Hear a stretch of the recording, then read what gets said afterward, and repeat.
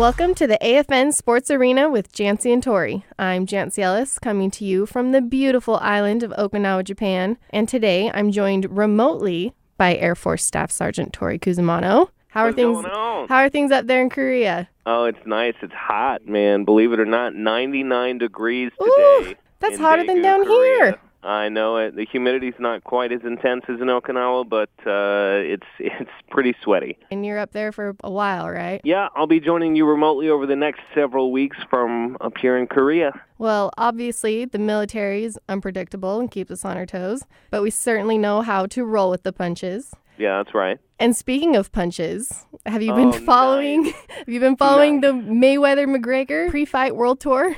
Yeah, well, I saw a couple photos on Facebook of that suit McGregor was wearing. With the profanity pinstripes? Yeah, send the kids running for the hills, man. Cover their ears, cover their eyes, in fact. But I love Conor McGregor. I think he's hilarious, everything that he does, and I love how over-the-top he is.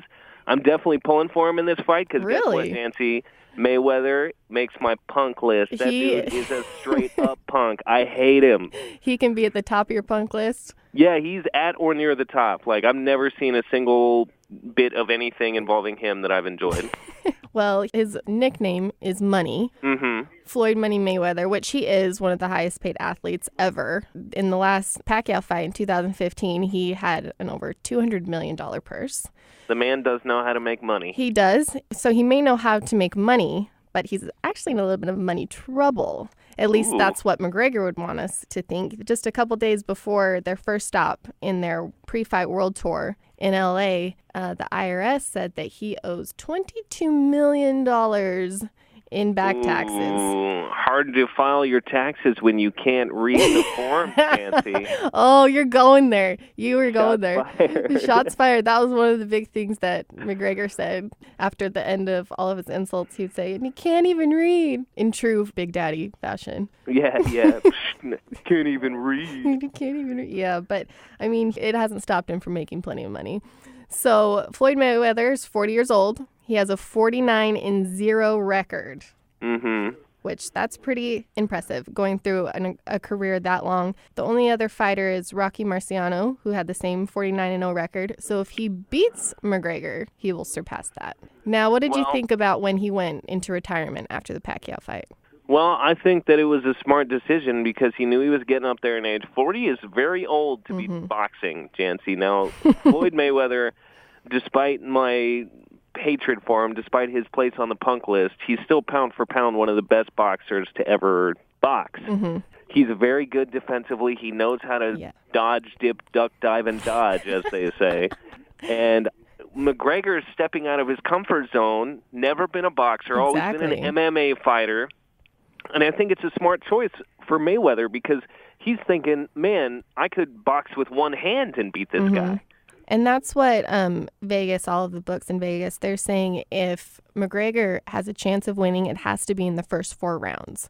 Because it's got to be a rogue punch because the longer that goes on, Mayweather's just going to wear him down or he's going to tire himself out. Because like I said, with a defensive boxer like Mayweather, he just lets guys wear themselves out throwing those punches and dodging them. And that's what will happen. I mean, I know Conor McGregor is one of the best athletes in the world, and I know he's at the top of his game as far as MMA goes, but boxing is just a different competition. It taxes your body differently. It taxes your mind differently. It totally is. And you say 40 is old for a boxer. My dad was actually a professional boxer, and he was 36 until 42.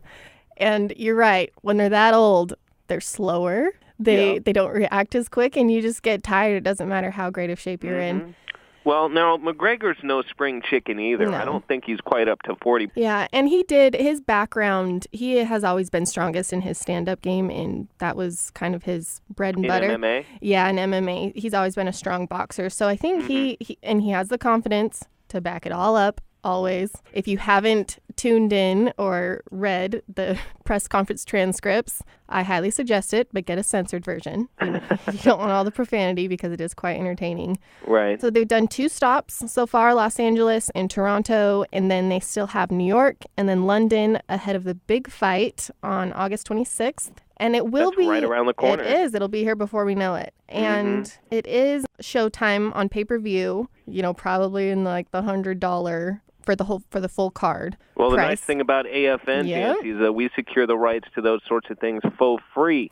Now, I know we haven't gotten any details on this one yet, but you can stay tuned to myafn.net for when and if we do get those rights.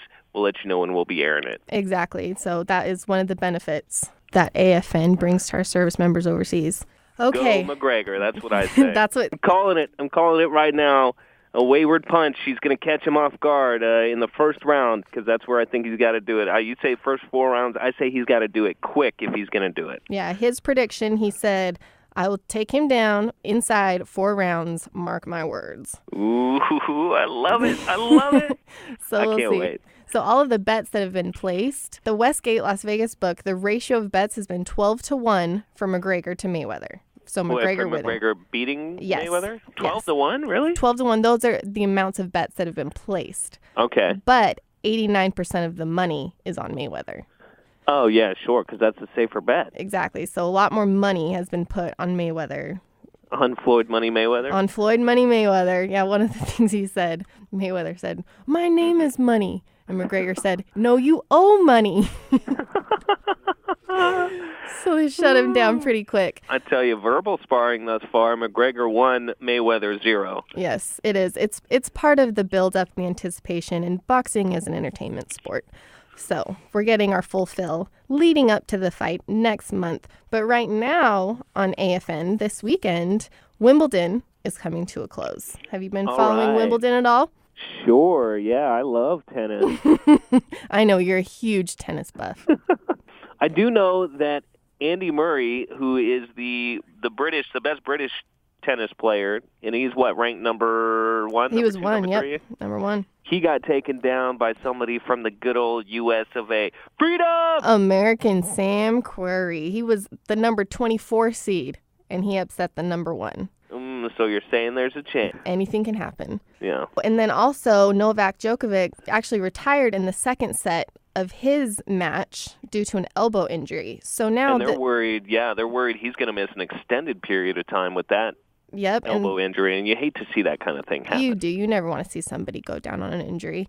But for the first time since 2003, a top 2 men's player won't be in the semifinals of Wimbledon, which obviously that's pretty surprising, a pretty big deal. But what's even more surprising is that Roger Federer, who is the only top 5 player left in contention, he's the oldest of the big 4, Federer, Murray, Djokovic, and Nadal. He's the oldest at 35. He's the only one left, but he's coming off of a 6-month break. He had a knee surgery. 6-month break? Oh, I thought he was just relaxing on the beach or something like that. I see. He's coming back from injury. He's really only 35? I can't believe that. I feel like he was 35 7 years ago. I know. He's been around forever. They start young in tennis. He's probably arguably the greatest to ever play the game. I don't know. A lot of people have a lot of different feelings on the subject. But Roger Federer, after that great Australian Open final with Nadal last year, he's definitely looking like he's cemented his spot. Yeah, and now that the road has pretty much cleared in front of him with Murray and Djokovic both going out early. Well, don't discount this Sam Querrey fellow. He could be riding the coattails of that Murray defeat for the rest of the tournament. So you're a homer again? Well, I root for the underdog in fights in which I have no interest. You kind of have a pony in this race. You're all American.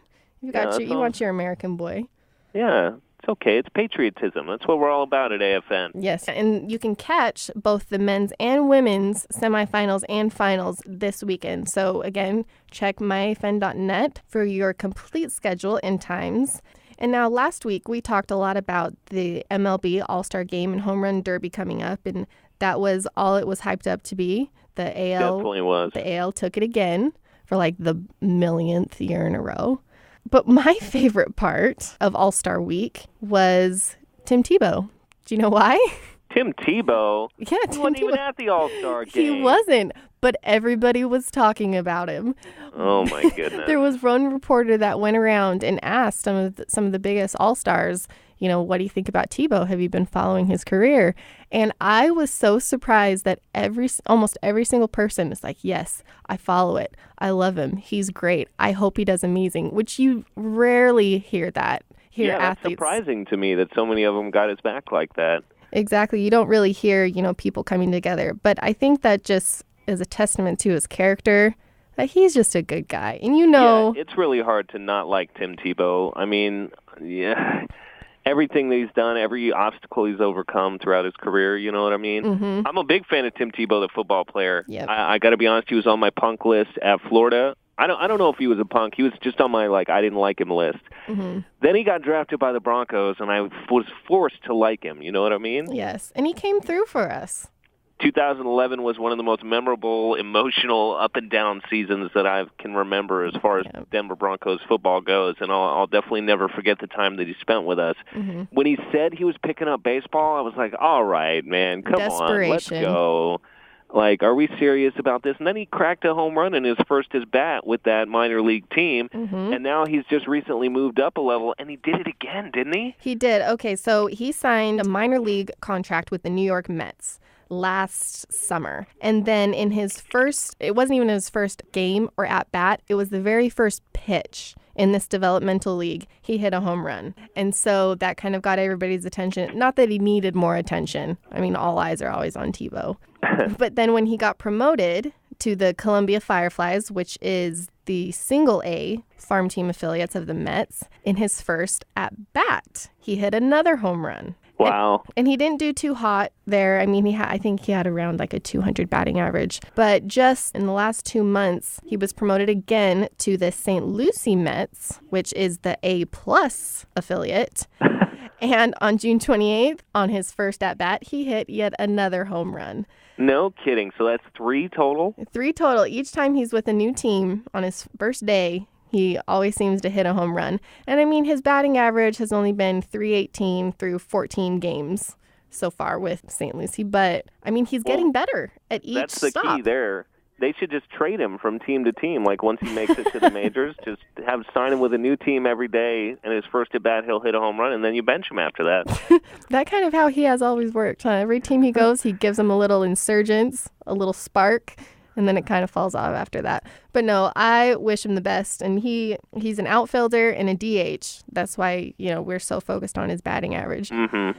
And he's a big guy. He's still 6'3", 255. Could have played a little tight end in the NFL he could wanted to. He had the option, but I don't know, he was a quarterback or nothing. That's what he said. Okay, well, that will do it for us this week. Thanks for joining us. There's plenty to catch on AFN Sports this weekend besides the finale of Wimbledon, such as CONCACAF Gold Cup, Tour de France, and plenty of MLB and NBA Summer League games. We hope you'll keep coming back to chat with us. We love having you. I'm Jantzee, and I've been joined by Air Force Staff Sergeant Tory Cusimano. Stay safe out there, and don't forget, you have to look good to play good.